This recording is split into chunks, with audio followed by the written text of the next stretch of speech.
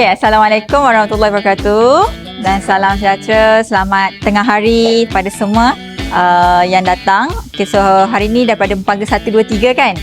Campurlah dan difahamkan patutnya ada 10 orang lagi yang tak dapat hadir bersama. So terima kasihlah sudi hadir ke dalam program sesi lawatan ke Parlimen di bawah anjuran Pejabat Parlimen Bentong, yang mana kita memang terbuka kepada semualah NGO, persatuan, pelajar-pelajar sekolah. Kebanyakannya pelajar sekolah lah yang datang. Dalam sekolah daerah Bentong ni dah ramai dah yang kita bawa untuk sesi lawatan ke Parlimen ni. Bukan sekadar untuk datang naik bas semata-mata kan, enjoy naik bas, tapi juga untuk lihat bagaimana suasana di Parlimen dan juga tengok akan nanti pegawai Parlimen nanti dia akan bawa pusing lah seluruh kawasan dalam Parlimen. Nanti tuan-tuan dan puan-puan pun akan masuk ke dalam Dewan Rakyat, tengok bagaimana sesi persidangan berlangsung dan juga akan tengok kawasan-kawasan sekitar lah. Semua pertama kali ke Parlimen? Kan dah pernah datang tak? Kan? Yang lain semua pertama kali kan? Saya excited tengok kan?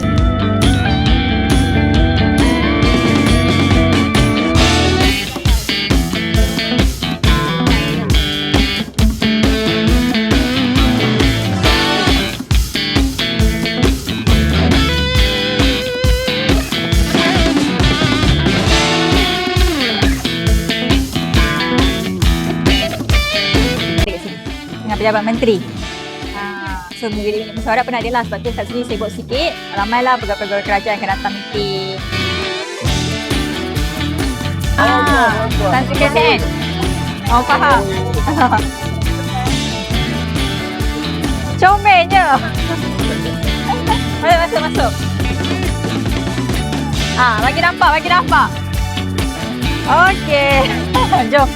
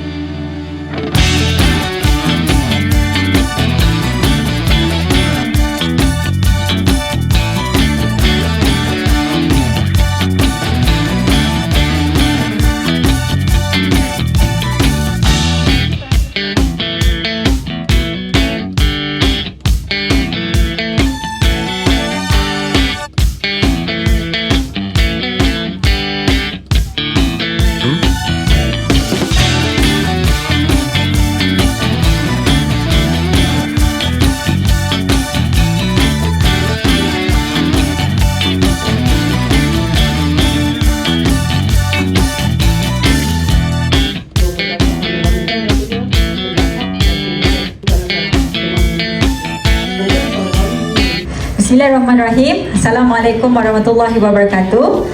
Salam sejahtera, salam perpaduan, salam Malaysia Madani. Apa khabar? Ni tingkatan? Semua tingkatan 5? 4 dan 5. Tingkatan 5 mana? Okey, miss. Saya Yang Saifura Osman, ataupun ramai yang panggil saya sebagai Rara. You all boleh panggil saya Kak Rara. Sekarang saya berusia 37 tahun. Dengan bangganya saya mengakui umur saya 37 tahun. Jadi saya telah menyertai dunia politik pada usia 24 tahun. Awal kan muda kan, sebab lepas habis belajar saya terus menceburi bidang aktivis, dan terus lepas aktivis itu terus saya menceburi bidang politik.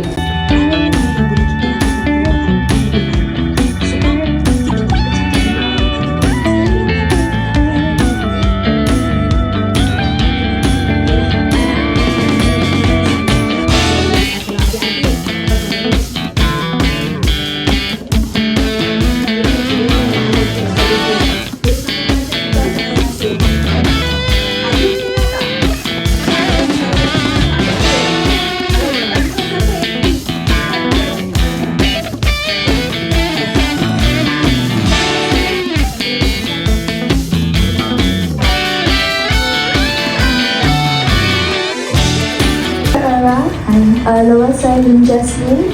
So, masa kini kita melihat kerajaan menggalakkan golongan belia untuk menjadi lebih aktif dalam politik demi membentuk masa depan negara.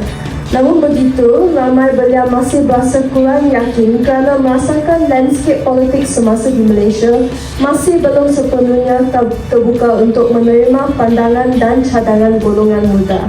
Oleh itu, apakah langkah yang boleh diambil oleh kerajaan untuk memastikan landscape politik Malaysia lebih inklusif terhadap suara belia, khususnya dalam melibatkan mereka secara bermakna dalam pembuatan dasar yang berkaitan dengan belia?